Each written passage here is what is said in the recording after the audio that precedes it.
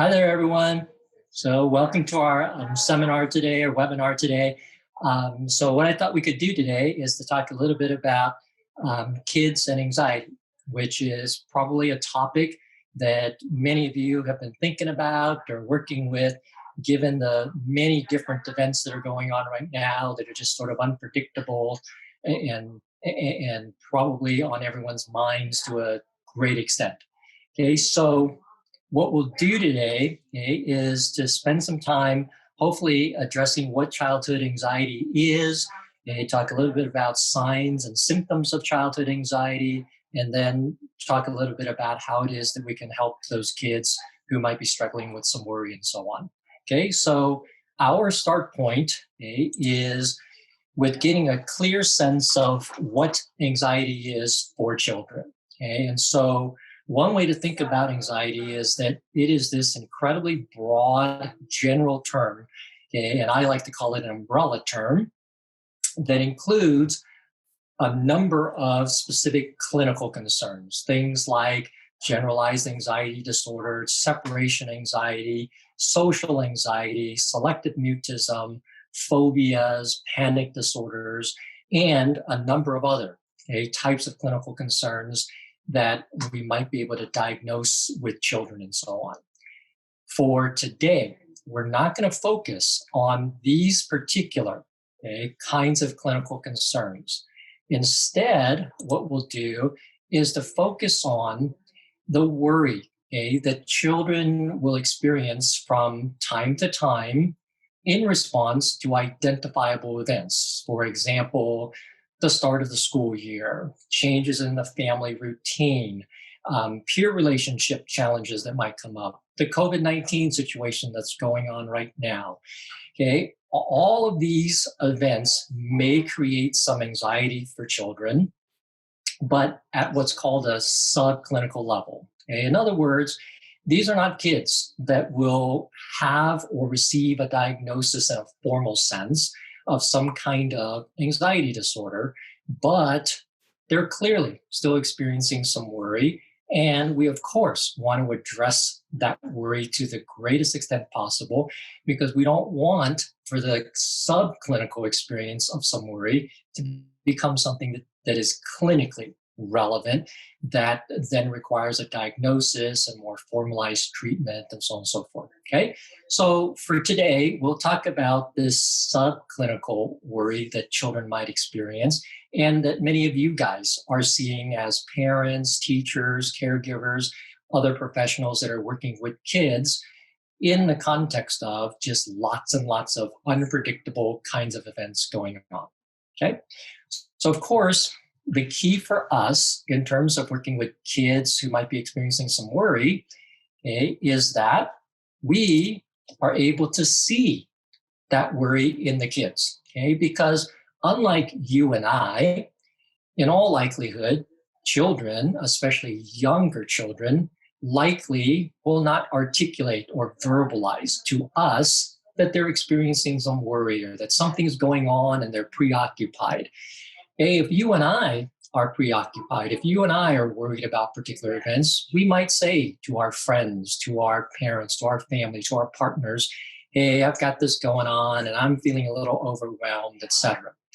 Well, for young children, generally, they're not going to be capable of doing that, especially the younger the child is. Okay? So it's really important for us to be able to spot signs of anxiety. And so what I've done here is to highlight for you some common signs that a child might be experiencing some anxiety, in response to some or multiple events that might be in their life at the present time. Okay, so what I did with this list here is to try to group it in such a way that it makes the most sense. So the first 7 signs here of anxiety are what I usually refer to as behavioral signs. In other words, they're things that we can very easily see oftentimes a child experiencing that might give us some insight into what's going on with this kiddo. So, for example, things like not sleeping or waking up with bad dreams, being angry and irritable or having behavioral outbursts, having fidgety behavior, crying, being especially clingy, refusing to go to school, being very withdrawn, even in contexts where the kiddo is not usually withdrawn, are typical things that we might see, with children who are experiencing some level of worry. Okay? We like looking for these things because children tend to show, these kinds of signs. They don't tend to hide them, much like maybe an adult would try to hide some of these signs. And so it's a nice way for us to pick up on whether some of that anxiety might be going on. Beyond some of the behavioral things that we might look at here are other kinds of signs, and these are more on the physiological side. So if the kiddo is complaining of stomach aches, headaches, not feeling well, feeling like they're tense, those would be sort of the physiological signs, that might clue us into the fact that the kiddo is struggling with some worry. And we may not know the particular event or events that's causing it, but at least it would give us some insight into what's going on that we can then follow up with, and try to figure things out with the kiddo. Okay? Now, the last two signs that I have on this list, are things that are less noticeable. They're more of the cognitive manifestations of a kiddo struggling with some worry. So if he or she is having difficulty concentrating, if he or she is having negative thoughts, those would be examples of things that are really more subtle and indicative of the preoccupation with certain kinds of events or certain kinds of issues that might be going on for the kiddo. Okay, so in looking at this list, it's really, really, really important to keep in mind with children that the presence of one or more of these symptoms does not automatically mean that the kiddo is experiencing worry. It could be some other reason that we see one or more of these symptoms.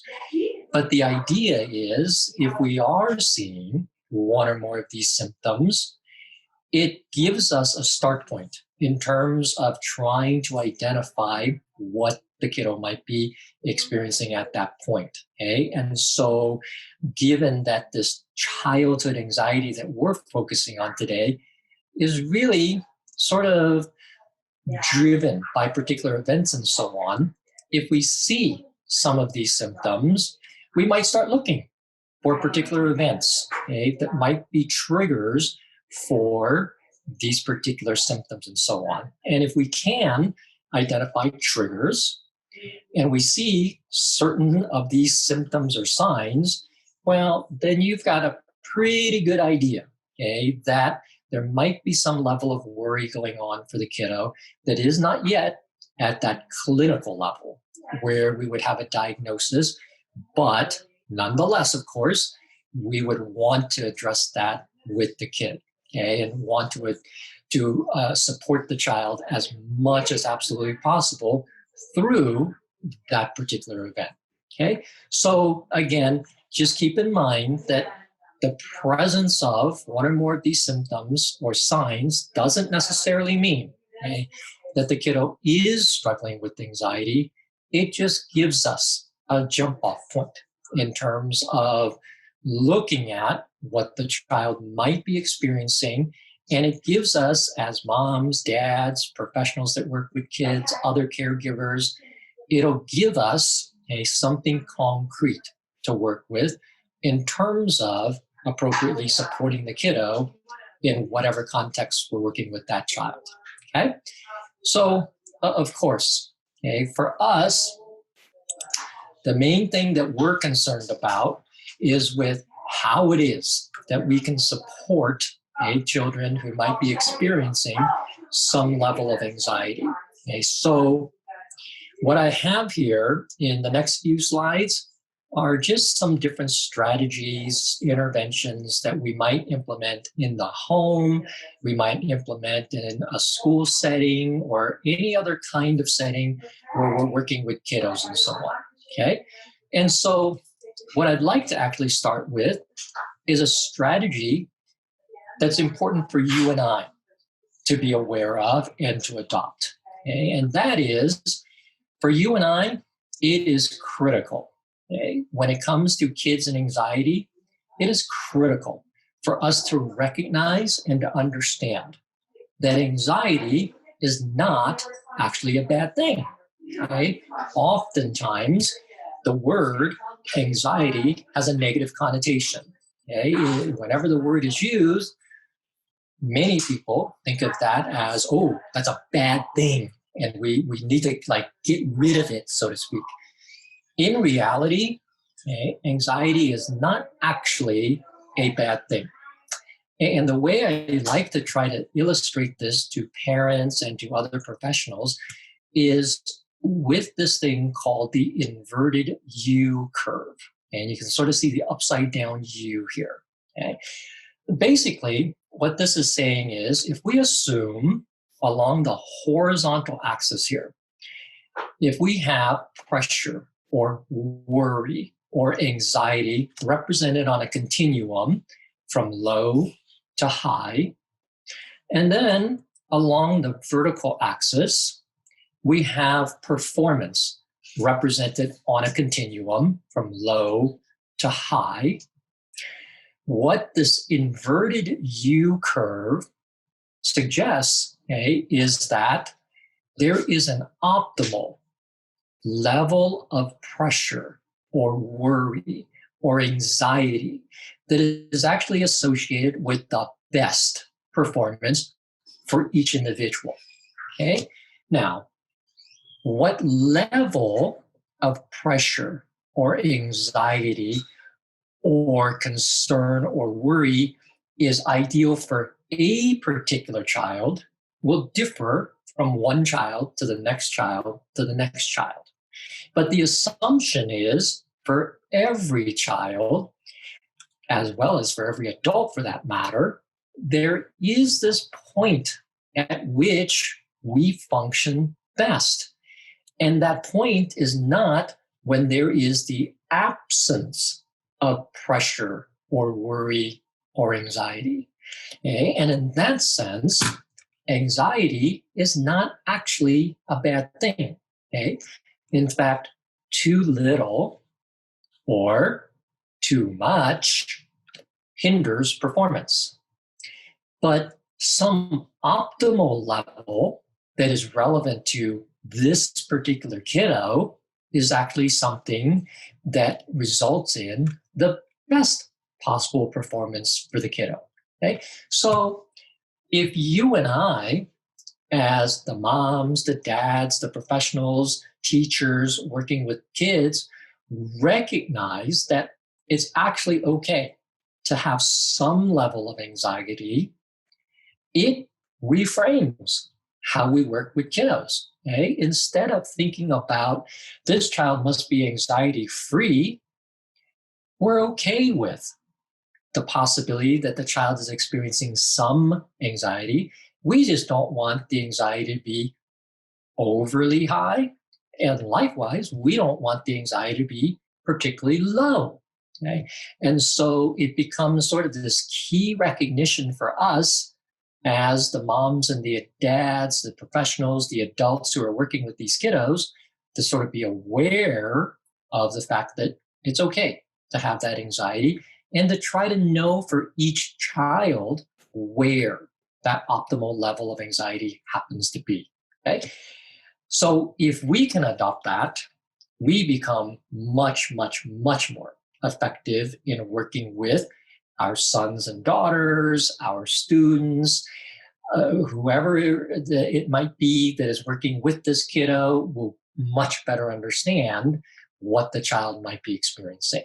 Okay, so that's one strategy that I usually like to highlight in terms of working with okay, children who might be experiencing some anxiety. Okay? So here are some other things that are in my tool bag that I like using when working with children who may be experiencing some worry for one reason or another. Okay, so this next strategy I'll show you is the one that I just call, where do I feel it? Okay, and what I do is to simply get one of these body outline pictures from the internet. Okay, and you can, if you just search body outline, you'll come up with many of these pictures and pick one that you like because they all look different. Okay, but I like downloading these, printing them up on like an 8.5 by 11 sheet of paper, and then giving a child who might be experiencing some anxiety, giving that child some markers or crayons or even a pencil, doesn't really matter. But then allowing her or him to mark where they're feeling that worry. Okay, maybe they color in the head area because they're experiencing headaches. Maybe they color in the stomach area, the tummy area, because they're getting stomach aches, or maybe they're having difficulty going to the bathroom. Okay? Maybe they color in the shoulder area, because they're feeling tense, and maybe they're really holding their shoulders tightly, and there's a lot of muscle tension there. Okay? But what this does is allow children to provide us with lots of information that they might not be able to do or comfortably do using words. Okay, so again, the younger the child, the more I like using these types of strategies to sort of pinpoint what might be going on. Okay, and oftentimes after the kiddo colors in where they feel the worry or the anxiety, wherever it might be, it actually helps at that point to then say, hey, so what's causing this coloring that's here? Okay, because now the child is able to make a direct correspondence between where they're experiencing some symptoms, for example, in their head area, with what might be going on. With younger children, if we just say to them, hey, what's up? Can you tell me what's causing you to feel this way? They may struggle with actually articulating that. But once there is some concrete sense of, hey, this is where I feel it, many children are then able to say, and this is why I'm feeling it, or this is what's causing that particular feeling. And of course, that's very helpful to us in terms of working with that anxiety. Okay. So this is a second strategy that I like to use beyond just our recognizing that anxiety is not necessarily a bad thing. Okay. Here are some other, sort of easy to do strategies that oftentimes work really, really well with children who are just experiencing some worry. So I like to just have these again as part of the tool bag. With some kids, some of these will work. With other kids, they won't. So it's always nice to have a variety of things available so that you can go through sort of a trial and error process of figuring out what works with kids. And as you sort of figure things out with one kid, you oftentimes know you can go back to that the next time that that child is experiencing some anxiety, and that strategy will oftentimes work.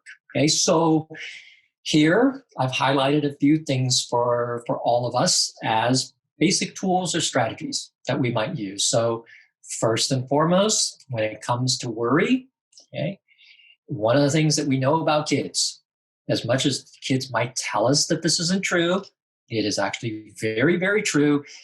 Kids thrive on routines. Okay, so as much as possible, establish and maintain routines. And our current societal events is probably a great, great, great example of how that's important. So in the middle of the COVID-19 situation, as there is ambiguity about school, there's changes in how mom and dad are doing work, There's probably modifications to the family routines. Okay? It is like the perfect example of when we want to establish routines and maintain those routines. They may not be the routines that we were all doing before COVID-19. That's okay. If we establish new routines, we want to maintain those routines as much as possible. Okay. Likewise, because we're in the midst of so much change, knowing that change is likely going to happen. For example, many kids are going to start the school year online. Okay. But I know many schools intend to, at the first opportunity, to switch to some kind of hybrid approach. Okay, well, that's sort of a known change that is likely to happen at some point during the school year. So prepare your kiddo for that change. Let the kiddo know, here's one way of doing school. Here's another way of doing school. We might be transitioning to the second way of doing school at some point. Talk about that second way of doing school every so often. And it becomes this known commodity as opposed to a surprise that some kids really struggle with dealing with. Okay. So we can prepare our kiddos for things that we know are coming down the line. Okay. We can also, practice very basic, straight up relaxation techniques. Okay. So one of my favorites, because it's easy for kids to do and it makes sense to kids, is what I just like to call the breathing 3 times 3 times 3. Okay. This is a simple, deep breathing technique that involves 3 deep breaths, where the in part of the breath is 3 seconds, and the out part of the breath is 3 seconds. Thus the name 3 times 3 times 3.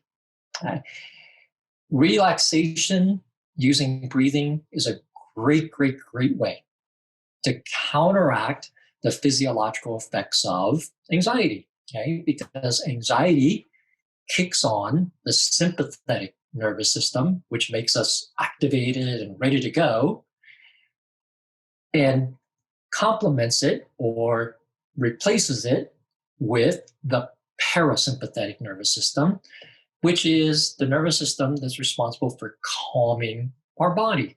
Okay, so in engaging in deep breathing exercises, we're turning on the parasympathetic nervous system while slowly dimming the sympathetic nervous system. And in doing so, the child will experience fewer physiological symptoms, will calm, will be able to potentially verbally tell you better what's going on, what the triggers might be, et cetera, et cetera. Okay, so that's a simple deep breathing exercise that we can do.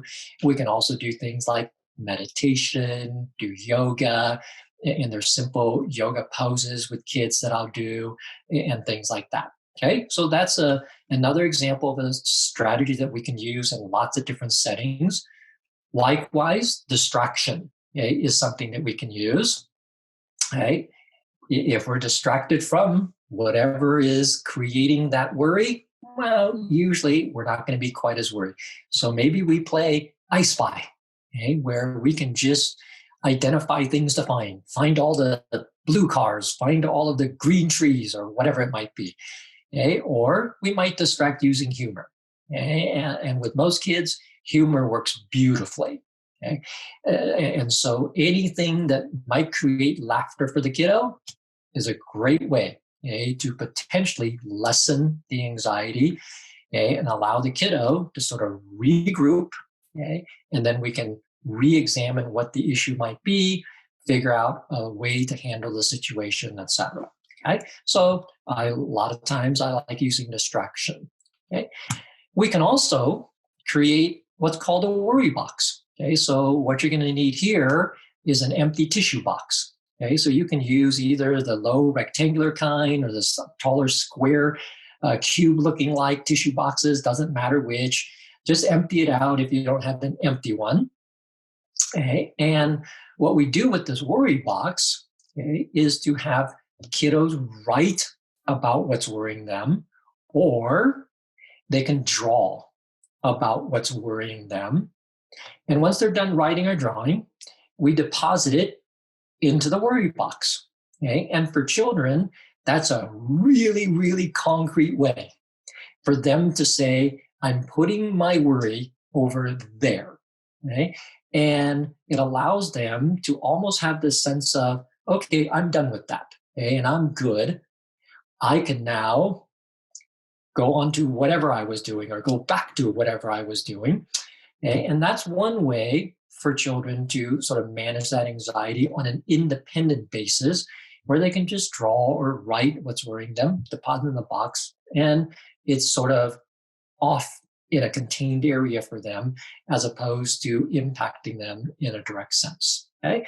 And so I know with some of the folks that I work with, sometimes we'll at some point randomly draw out one of the things that the child has deposited, and we'll relook at that and say, hey, so at one point, this was bothering you. Okay? And we can use that as a basis for having a conversation about that particular thing. Okay? So a worry box tends to be something that works really well with kids because it's very concrete and it's very active. Okay? And then finally, one other thing that I have on this slide here that we can do, and you and I understand this, if you ever get a nice relaxing massage, well, yeah, it feels great, okay, because it, again, okay, turns on that parasympathetic nervous system that chills us out, okay, and so if you're comfortable with giving a kiddo a massage, moms, dads, of course, in a professional setting, is a different issue that we have to pay attention to. So that may work, okay, as a way to calm kiddos or to strategically work with kiddos in a way that, that makes a lot of sense in terms of addressing their anxiety. Okay, so hopefully, okay, that gives you a little bit of background in terms of just that day-to-day anxiety that children might experience in response to identifiable triggers and so on. Okay, now the question, of course, is, okay, when do we need to seek professional support? Okay, again, anxiety in and of itself is not a bad thing. Okay, however, if the anxiety is starting to sort of move into a space where we see some other things, that is when we would seriously consider seeking out some professional support. Okay, so in particular, if that worry is becoming persistent for the kiddo, instead of it sort of being this worry that comes and goes, that happens from time to time, if the worry is now this thing that you sort of see on a day-to-day basis, that would be something to pay attention to. Likewise, if that anxiety is happening more days than not, something for all of us as moms, dads, professionals working with kids to pay attention to.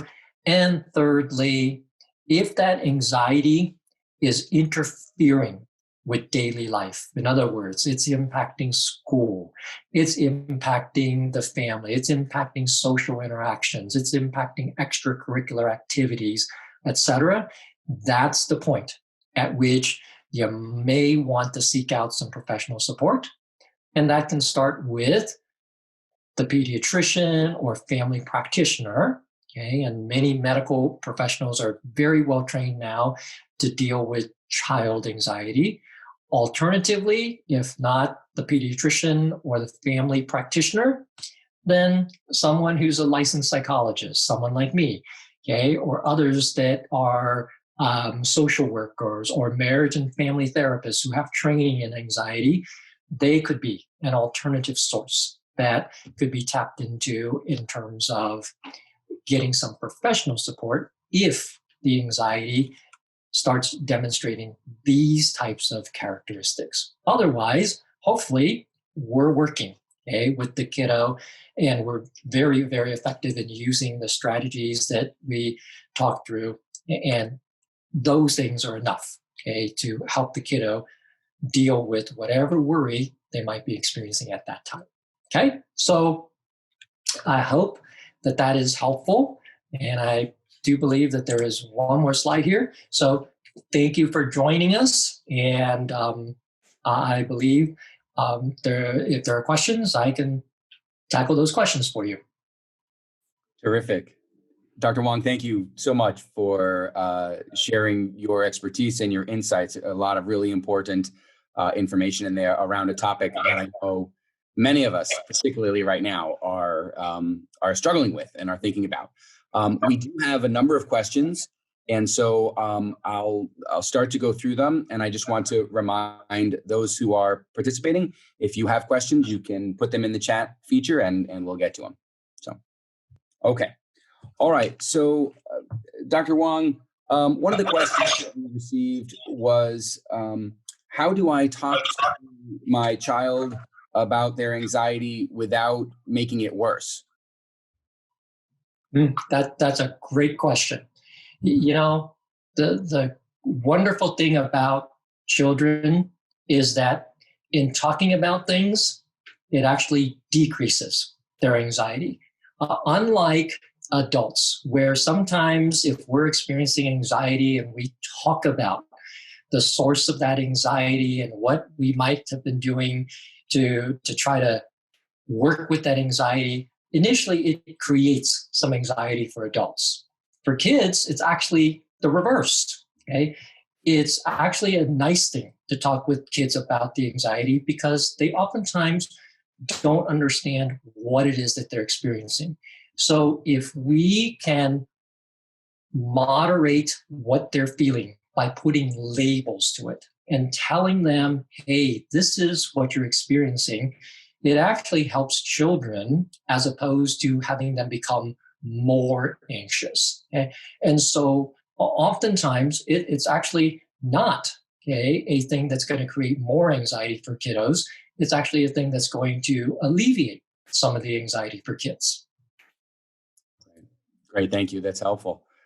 Another question, there was some context with it. One of our participants asked, is there such a thing as reactional anxiety? And what they say is that their 7-year-old daughter is showing signs of worry and anxiety that seem to have begun after school stopped and a family member had diagnosed with corona and they had to do some isolation. Mm-hmm. Yeah, and I think that example there is the perfect example of the kind of anxiety that we're talking about today. Okay? It is that anxiety that is very much associated with particular events. And so if you sort of think about that situation, here's a kiddo who is doing the school thing and having the typical day-to-day experience that he or she has known for a good number of years now. Okay? Then as the COVID thing happened and the schools had to shut down and the family routine changed because now we were doing school at home, mom and dad became a teacher, mom and dad were not a teacher before. Okay? Maybe there's other siblings that are in the family that also have to do homework. Well, all of those events are actual potential triggers, that would be the cause of what that particular participant is seeing in their kiddo.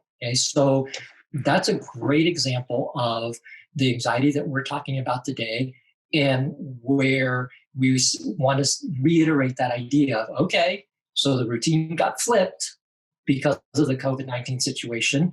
So let's reestablish a new routine now. Given that we know that schools are going to start online. All right, let's create a routine for how school is going to roll.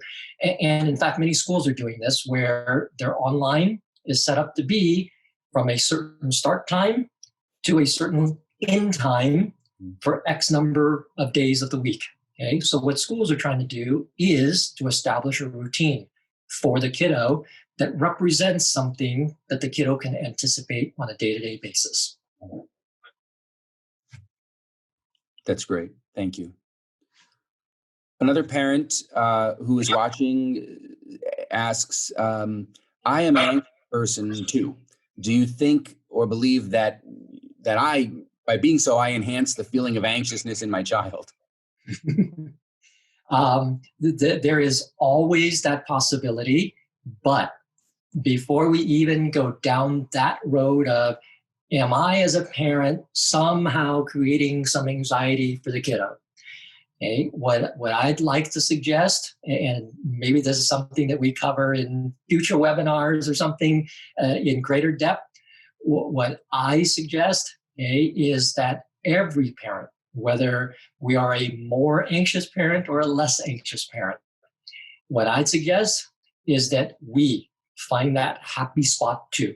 Okay, we have to be in a good place in order to be effective parents. Okay, and so if we know, okay, that we experience a little bit more anxiety, okay, we need, okay, either self strategies, okay, that we can implement ourselves, or we may seek out professional support for ourselves in terms of managing that anxiety.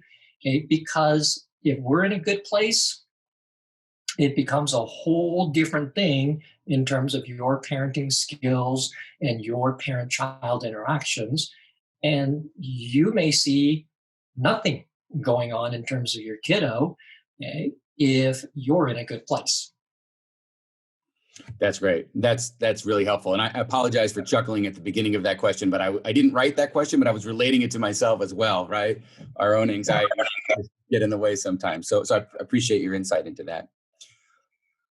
Dr. Wong, someone else noted it's more of a statement, so I think I just kind of like your thoughts on it. They note that I also think it's important to teach children and families about their brains. Do you have any thoughts about that? Yeah, I do. And I 100% agree with that, because for children, a lot of times, again, anxiety comes on because they don't understand. They don't have the cognitive abilities yet to understand what is happening in their world in such a way that they can compartmentalize it or understand it, so that there's not the over the top anxiety that some children might experience. Okay, so in that sense, it's really, really important to help children to understand how their brain works. And I like to have children understand how that parasympathetic and sympathetic nervous system works. Okay? And again, there's a lot of children-based illustrations of the parasympathetic and sympathetic nervous systems that you can get offline or online, I mean. And in using those, children can actually sort of visualize, wow, my body is turning on the sympathetic nervous system, and I've got to instead turn on the parasympathetic nervous system. And in using very concrete things like that, what we're doing is exactly what you're describing. We're helping children to cognitively understand what's going on. And in doing so, we're empowering those kids to more independently and on an individual basis manage their anxiety. Another parent asks, as a parent, we can implement some of the interventions that you've suggested, for example, the worry box. What would a therapist or other professional do that is different? If we happen to get to a point where the kiddo's anxiety is truly at a clinical level where we would be making a diagnosis of, let's say, a generalized anxiety disorder, it will depend on the therapist as to how we might approach that situation.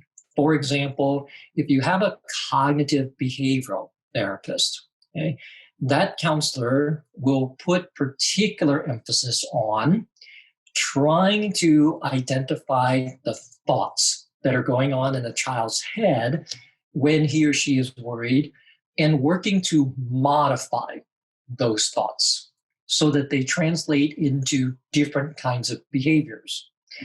If, on the other hand, you have a therapist who's not so much a cognitive behavioral person, but is someone who is much more of a, what's a good description? Much more of a physically oriented therapist who likes to focus on the symptomologies. They might work particularly with the deep breathing exercises, the yoga poses, the meditation, because those are just very obvious behavioral things that we can do as opposed to cognitive things that a cognitive behavioral person might focus on. So how a therapist will work with a kiddo will depend upon his or her training expertise. And that brings up a very critical point of, if you have a kiddo who is experiencing more of the clinical level of anxiety, and ultimately you decide that your kiddo should be in therapy or counseling for a little bit, very important to pair up the therapist with your child based upon the approach. Okay. In other words, make sure that the approach that the therapist is taking is consistent with your own philosophy, is going to work, at least to the best of your estimation, with your kiddo, so that there's a higher likelihood of treatment efficacy. That makes a lot of sense. Is that, as a parent, are there specific things I should look for to be able to know that that's a good match or not? Absolutely. And I think the key here is mom and dad should know first, okay, what their approach is in terms of treatment. Okay? Are we cognitive behavioral? Are we existential? Are we eclectic? Are we some other approach? Okay? And depending upon the parent's particular approach or philosophy, certainly try to identify a therapist that has the same approach, because at least then there's a match between the therapist and the parents. Then, of course, what I usually suggest is check out that therapist with the kiddo, and just see how the therapist and the kiddo mesh, even in a brief 20-minute meeting. You'll see real quickly with kids if he or she meshes with the therapist. Okay?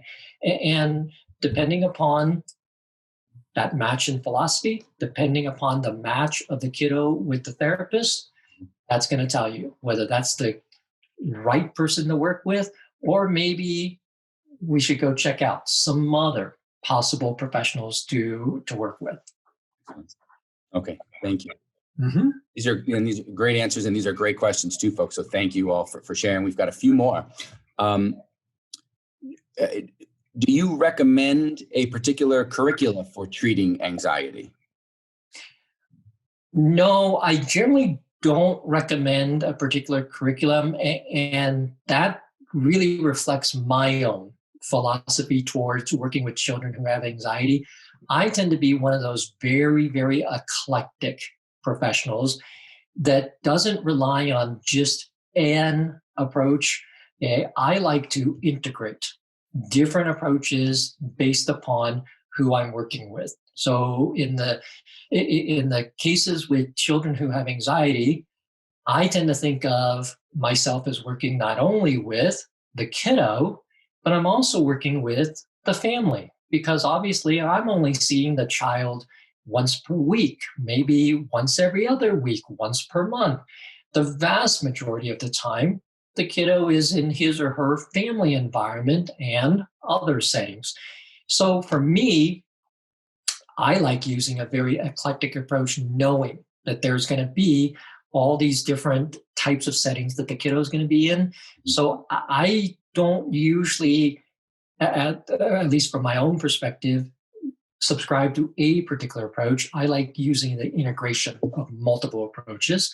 But I know other professionals who are, much more, let's say, cognitive behavioral, and that's really what they stick to in terms of treating anxiety, whether it be with children or adults. That kind of then ties back into your last point about, kind of assessing the approach of a particular professional and matching that with your own. Yeah, and I always encourage parents not to be afraid or reluctant to actually try out different counselors. It's okay. And every counselor should be okay with you saying, hey, can we make a short, just sort of consult appointment here where we can tell you a little bit about our child. Our child can meet you. You can meet our child. And in having that brief 20, 30-minute appointment, moms and dads can get lots and lots of input in terms of whether this is a good match, not a good match.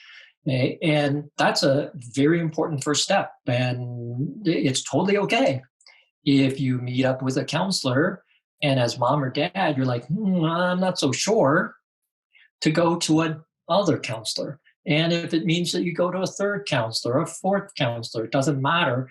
We want to make sure that you find a solid match because ultimately that's going to make a huge difference in terms of not only mom and dad's confidence in the process, but also the kids' experience in the process. Okay, we have another question. Thank you for your presentation. And then my 5-year-old has been very anxious about her father and I dying over the past month. This has been a persistent thing.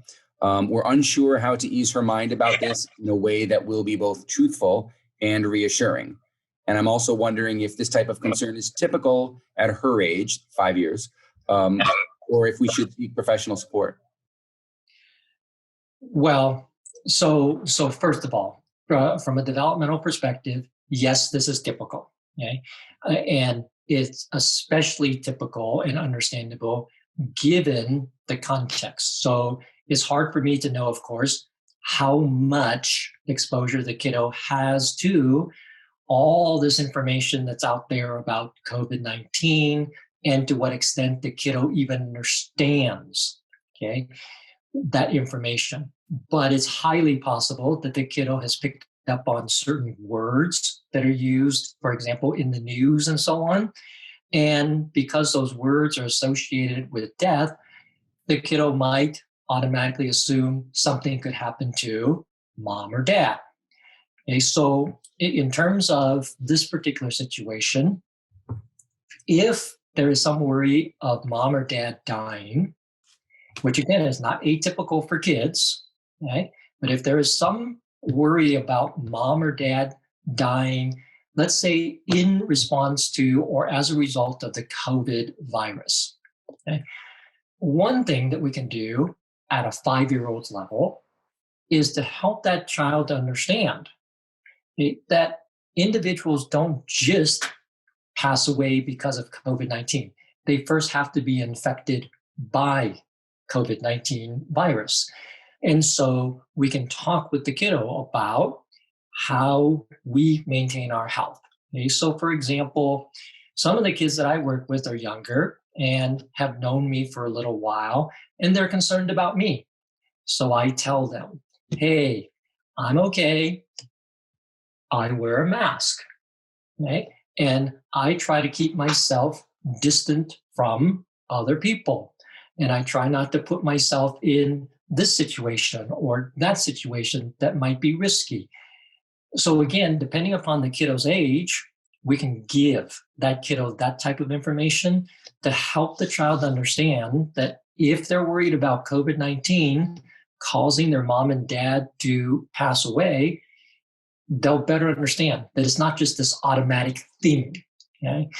But there are so many things that mom and dad are doing to prevent that helps typically most children to go, oh, okay, mom and dad are safe.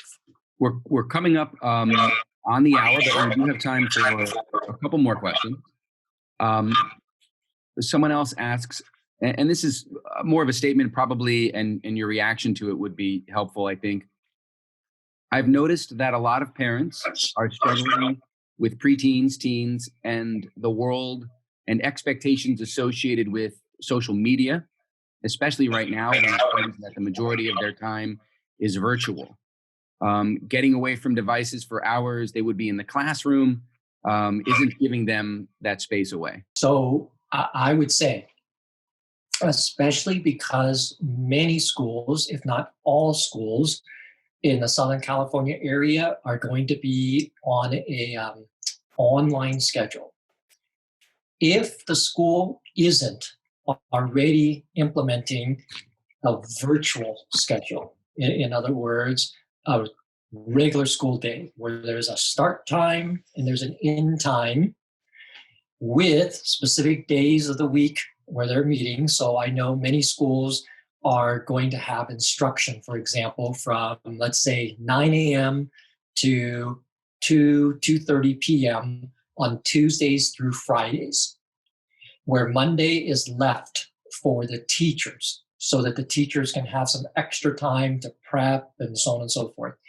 Okay, if your school isn't doing some kind of set schedule like that, I would strongly recommend that you do create that type of schedule so that we move that social media stuff into a space that is more like what we had before COVID-19. Okay, because obviously, like the comment suggests, before COVID-19, the kids were in school.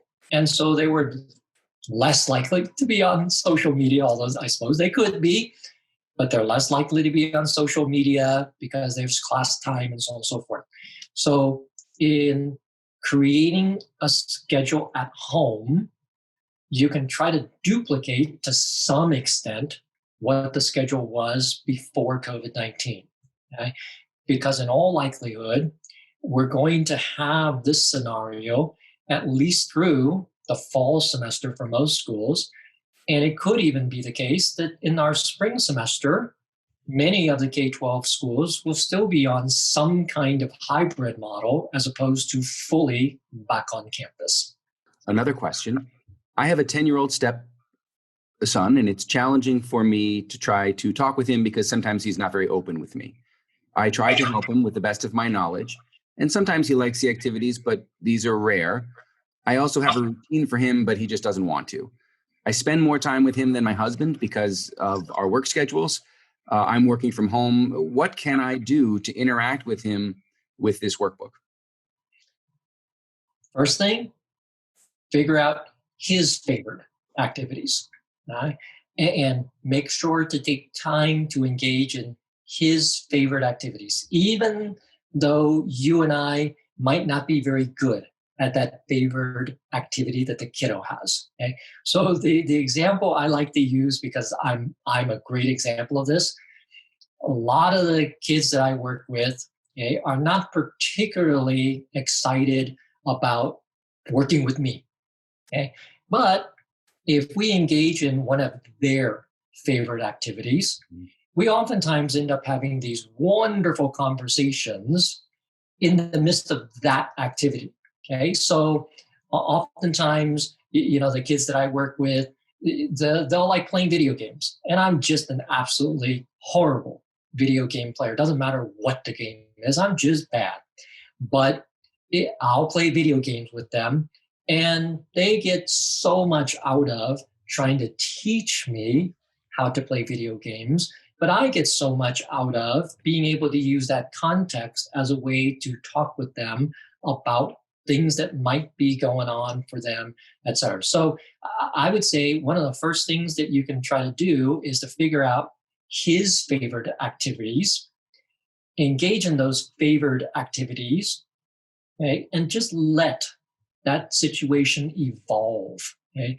And conversation tends to happen in a much less threatening way in those contexts than if we were to just go to the kid and say, okay, we got to talk about so-and-so.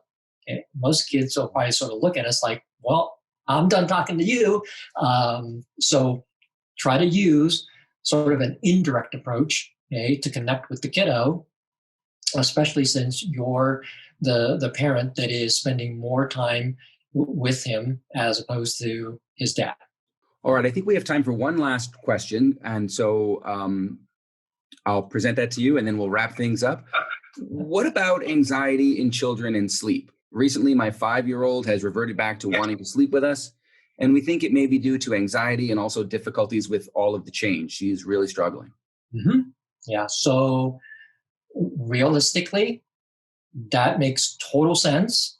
okay, and is probably a pretty common thing, okay, that helps or that happens with young children.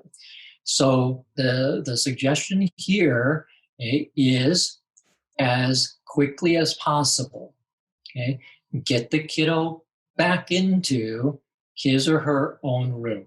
Okay, so again, go back to the routines, okay, that happened prior to, okay, let's say the pandemic situation. Okay? Assuming that that's in part, okay, what's causing this kiddo to want to sleep in your bed and so on. Okay, let's go back to how we did things before the pandemic situation sort of changed up family life in a huge way. And if any of those things, standard things that were happening, if they've somehow not become so standard, if they've somehow not remained a part of the routine, re-implement that. Okay. Mhm. And then if we have to add something new, for example, um, we do all the usual things that we used to do. We have the kiddo lay down in bed. We've had the bedtime story, let's say, et cetera, et cetera, et cetera. Maybe what we do in addition, okay, is now we add a relaxing massage, a very soft, relaxing massage, because physical touch is a relaxing thing for most kids. We add a soft, relaxing massage as the kiddo starts to drift off to sleep. Okay? In this way, the kiddo isn't going from, I'm seeing mom and dad read a bedtime story to me, and all of a sudden it's lights out, doors closed, and the kid's like, oh my goodness, what's happening? So if we use something like a massage to sort of ease the kiddo into sleep, that will relax the kiddo. He or she will fall asleep. In all likelihood, he or she will stay asleep. Now, if we get a couple of days of that going, it becomes a very reinforcing type of process that we can use. And the kiddo is less likely to wake up and bounce into bed with mom and dad. Right, right. That's great. Thank you. Thank you, Dr. Wong. Thank you for participating in this webinar hosted by the Institute for Child Development and Family Relations at California State University, San Bernardino, providing guidance for parents and families based on science and best practice since 2002.